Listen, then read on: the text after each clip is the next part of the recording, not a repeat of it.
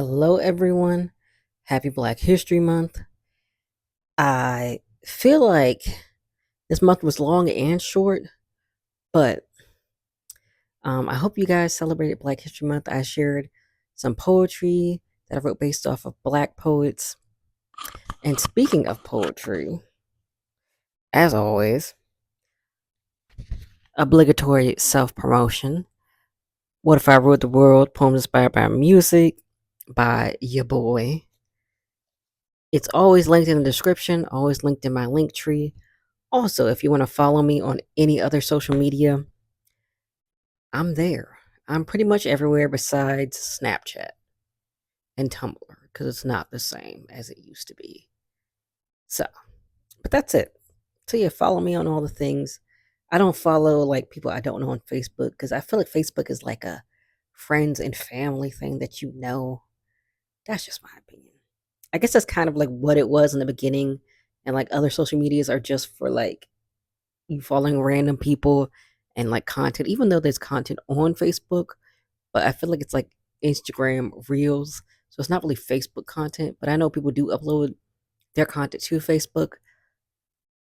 So I feel like I'm doing Facebookception. But basically, you can follow me on everything except those three things. But yeah, be nice if you would follow me. I'll follow you back most likely. Um, yeah, unless you don't have any content, because then I'm like, what's going on? But yeah, well, we're here to talk about the Emancipation of Mimi by Mariah Carey. So first, I'm going to give a little bit of her biography. She was born March 27th, 1969. So her birthday's next month. Well, she calls it an anniversary. She's an American singer, songwriter, record producer, and actress. Dubbed the Songbird Supreme by Guinness World Records. She's known for her 5-octave vocal range. Ooh, I'm not gonna say the word right. Meli, melismatic, melismatic singing style. This is from Wikipedia. If you want to go look at it, I definitely not saying that right. In signature use of her whistle register, an influential figure in music, she was ranked fifth greatest singer of all time by Rolling Stone in 2023. Well, now I want to know what's on the list. I gotta look that list up. She rose to fame in 1990 with her self-titled debut album, becoming the only artist to have her first 5 singles reach number one on the U.S. Hot 100 chart. From Vision of Love to Emotions, she achieved international success with the best-selling album Music Box 1993 and Daydream 1995 before adapting a new image with hip-hop inflected sounds following the release of Butterfly in 1997. The remix of her song Fantasy featuring Old Dirty Bastard popularized the blend of pop and hip-hop in mainstream music, which I love that about her. With 11 consecutive years of U.S. number one singles, Billboard named Carey the artist of the decade of the 1990s. I'm assuming, yeah, it says 1990s in parentheses. Following the failure of her 2001 film Glitter and a career decline, she released one of the best-selling albums of the 21st century, The Emancipation of Mimi, made it 2005. That's what we're going to talk about today. She's also been dubbed the Queen of Music, the Queen of Christmas due to her enduring popularity of her holiday music, particularly Merry Christmas that was released in 1994, the best-selling holiday album and its single All I Want for Christmas Is You, which is the best-selling holiday single by a female artist of all time. Outside of music, she has various charities. Um, Camp Mariah with Fresh Air Fund in 1994. She starred in films Tennessee in 2008, Preston in 2009, The Butler in 2013. Oh, I didn't know she was in The Butler. A Christmas Melody 2015, and The Lego Movie in 2017. I saw that movie. She was in that movie. I gotta look at that again. And she served as a judge on American Idol in 2013. Her public and personal life, including her diva persona, her preferred relationships, and mental breakdown in 2001, has received widespread media coverage. She released her memoir, The Meaning of Mariah, in 2020, which I have and I need to read. She's one of the best-selling music artists with over 200 million records sold worldwide. She was inducted into the Songwriters Hall of Fame the Long Island Music and Entertainment Hall of Fame and the National Recording Registry at the Library of Congress. Ooh, say that 5 times fast. She has 5 Grammys and a Grammy Global Impact Award, 10 American Music Awards, 19 World Music Awards, and 14 Billboard Music Awards. She holds a record for the most Billboard Hot 100 #1 singles by a solo artist, 19, female artist, 18, and a female producer, 15. Uh, spending a record 97 weeks atop the chart. One Sweet Day and We Belong Together were ranked by Billboard as the most successful songs of the 1990s and 2000s, respectively. She is the highest certified female artist in the in the United States and 10th overall, 75 million certified album equivalent units. Yeah. So she got a lot of credentials. So today we're going to talk about what they say it was one of the best-selling albums of the 21st century, The Emancipation of Mimi, the Ultra Platinum Edition, which is the deluxe. It was released April 12th, 2005. The genre is pop, dance pop, hip hop, and R&B. Where can you stream it? YouTube Music, Apple Music, which is where I streamed it. Even though I do have the album, but I don't think I have all of the songs transferred onto my phone. Pandora, Deezer, iHeartRadio, Spotify, SoundCloud, and Amazon Music. What are the vibes of this album? It's fun, it's emotional, it's complex. Got a lot of complex stuff going on. So, I'm going to talk about my favorite songs, my least favorite songs, and my overall opinion. So, my first favorite song is one of the singles, It's Like That, featuring Jermaine Dupri and Fat Man Scoop. It's the perfect comeback song for her. Fun, partying, letting go of the past, and letting loose. Coming back in full force to herself and her musical freedom. And the beat is great as well. When she was married to Tommy Mottola, oh my gosh, he was the head of Columbia. I might be wrong, y'all. And he definitely wanted to have control over her musical career. And so this was her big comeback. And I said this in one of my short videos, but the Glitter soundtrack, I haven't seen the movie, but the Glitter soundtrack was great. I don't think it should have been panned. I don't know about the movie. I don't know if the movie was any good, but I have to watch it sometime. Okay. The next favorite song is Stay the Night. Very powerful and sensual. Mariah is so powerful in her singing in this song. So dramatic, but in a good way. Big, bold, beautiful song. Also relatable and being tempted by someone you like. You want to stay the night and you're like, I don't know. He's like, well, it's cold outside. It reminds me of, is that the name of the Christmas song? It's cold outside and he's like trying to get her to stay there. That's what it reminds me of, but not without the Christmas theme, basically. And then Get Your Number featuring Jermaine Dupri. It's a very fun and silly song, but still powerful voice from MC. Jermaine definitely sounds like an annoying guy trying to get your number, but that works for this song, LOL. I also love the beat. It's very funky. When I was looking up like info on this album, like I always do when I like do album reviews, I look at the Wikipedia in the background, all that. Critics hated this song. They hate fun. This is a fun song. I love this song. Obviously, it's on my favorites list, but yeah, it's so fun. I don't understand what the hate was for, but anyway. And the video is also cute.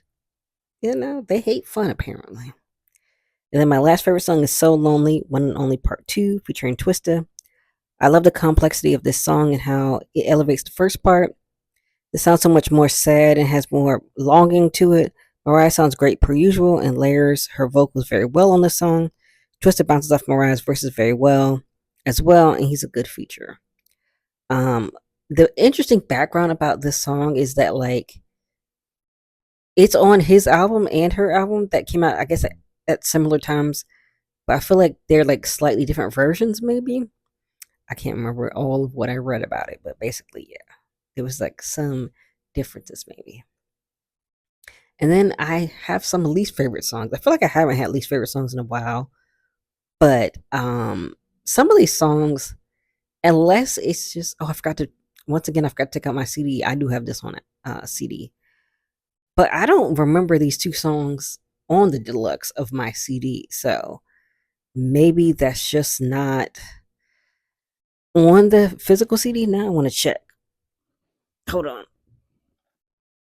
Oh, this thing's heavy. Let's see if I can find her. Because I swear these are not on my CD deluxe, like the actual album. Oh, here it is. Yeah, these are definitely not on. Okay, yeah. I have the regular and I have the deluxe. It is not on the actual CD deluxe. These two, which I'm going to show off my album.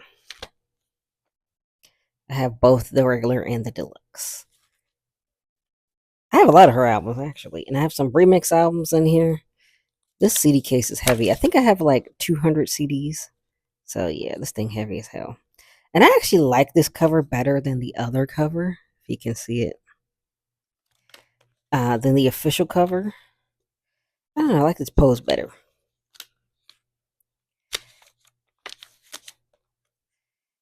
I definitely put this in wrong, but it's okay.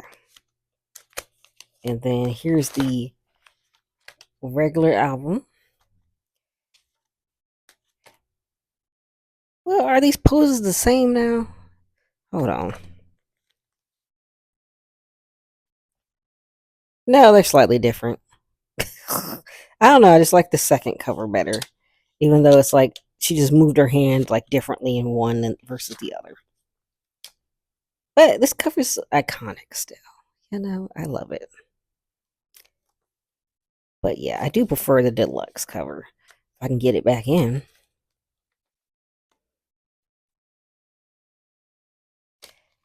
Jeez Louise.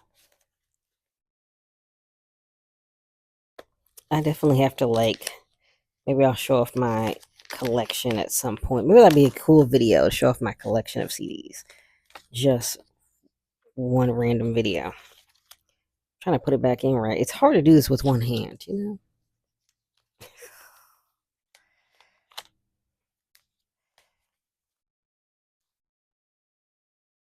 But I don't know why they have these two songs on the digital version, but not the physical version. I'm gonna just leave this here. Okay. Whew. All right. So these are the two bonus songs. I didn't like either one of them. So here we go. Secret Love is the first song. That's like an extra one. I feel like this song was overproduced and the beat was overtaking Mariah's vocals. She sounds great. She does. The song could have been better. I guess the beat, I mean, it could have been better. Um, if the beat was less prominent and Swiss Beats wasn't screaming all over the song, lol, shaking my head.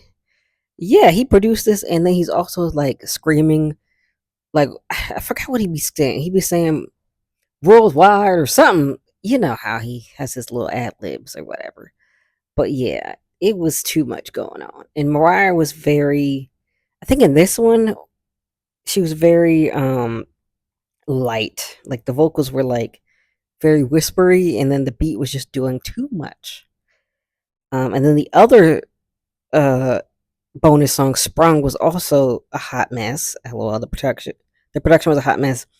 The beat could have been good, but once again it was overpowered. It overpowered the song. Also could have been a chance to like experiment with her vocals, because they did have some like robotic like I'm trying to think of what it's called, but you know how like back in the 80s they would put that like tube in their mouth. That's how they sounded, like they were saying MC like in the robotic voice. And that could have been something like, to have her voice be robotic too could have been something like experimental. Oh, this one was, her voice was too airy. She was kind of whispery in this one. I feel like she probably was in the other one. It was too heavy and clunky.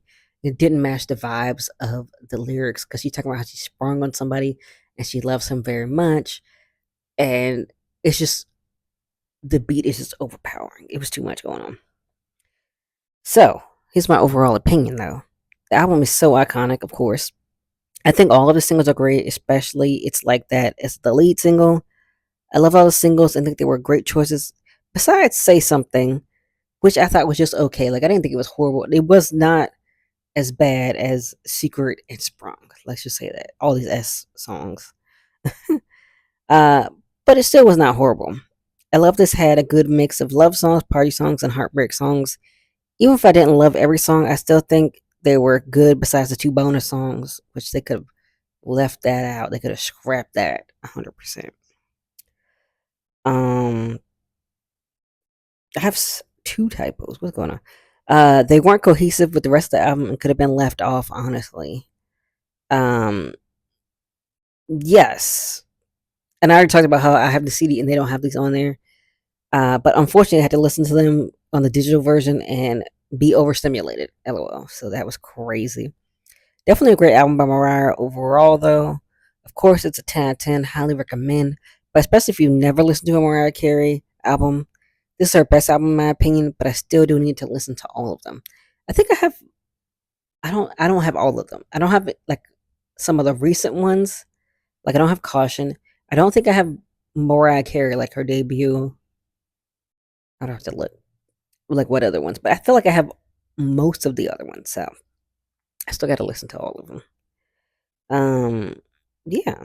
So I did write a poem, but I was very lazy. So it's called An American Sentence, and it's literally a sentence with 17 syllables. It's supposed to be like a haiku, 575, but it's just combined into one big sentence.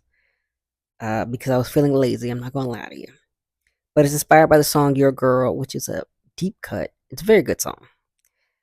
Uh, so the title is called Goated Girl. I should be your girl, the only one that you give all your love to. So that's it. That's the whole poem. Because like I said, I was feeling lazy, but still wanted to do something poetic. I wanted to try that form I did again, but I was like, let me try something different. And then this one is like easier to do. So that also is a good thing. But yeah, this is my favorite Mariah Carey album. What is your favorite Mariah Carey album? Do you like Mariah Carey? Do you not like Mariah Carey? Um, Give me your thoughts. Tell me what you think. And I will see you all next week. And we'll be at number 1. And I'm going to try. This next month is going to be Women History Month. I'm going to try to do something not music related because then June is Black Music Month. So I'm like, I did a bunch of music this time, so I'm going to try and switch it up this month. And then next month is Poetry Month, so I got to get ready for that. It's like, besides May might be something, but I don't know if I'm going to do anything in May, but content wise. But yeah, thank you all so much for watching. Please like, subscribe, comment if you want, share this video. And like I said, we'll be at number 1 next week. And I will see you all next week.